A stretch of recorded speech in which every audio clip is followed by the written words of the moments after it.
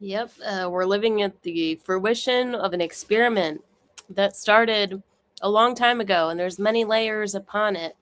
Yeah, no doubt the world is weird. It is weird because we're living at the climax of an experiment, and my personal interest getting out of because I had to get away from like these full disclosure weirdos, and like I've blocked like most of them at this point for personal reasons because they're not the nicest people.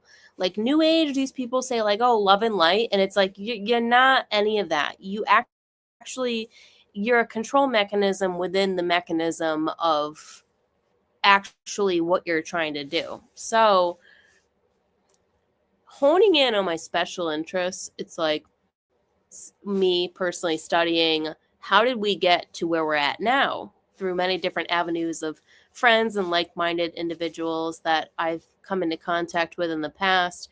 Now studying these people who were these mad scientists of World War One, World War Two. Keep in mind, World War One was like a family drama. The whole world used to be united under one family. All these people were cousins. Tsar Nicholas in Russia, cousins with George V in Britain,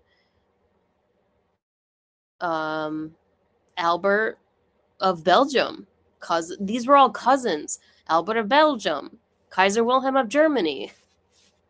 And the real MVP of World War One was Albert of Belgium because he was the one that was like, Hitler was coming around and he was like going to his cousins and he's like, hey guys, like, let's just like not do this.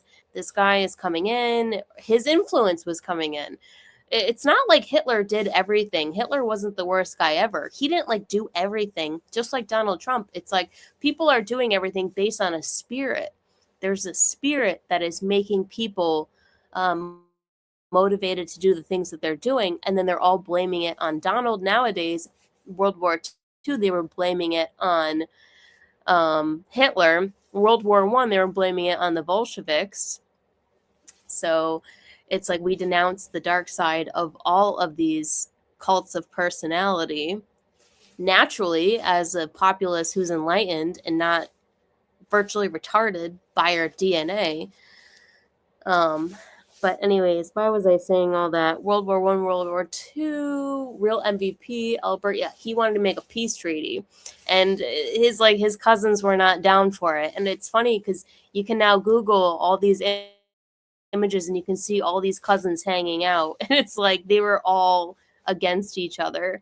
Not against each other. It seemed like it was like one against all of them because they were all just like taking an L for Hitler.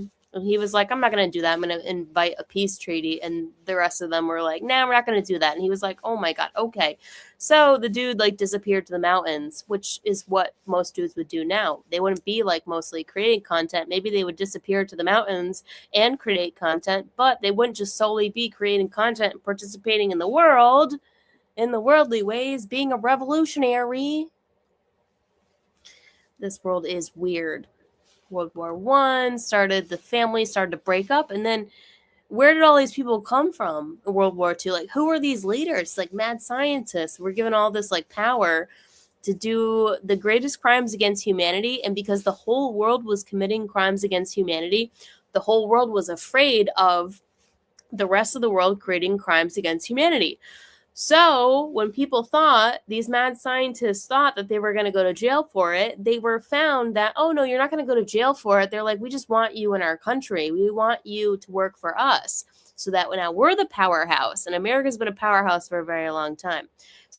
So now we're the powerhouse. So out of fear of what was happening, these people just bent over backwards and were like, let's just do bio warfare.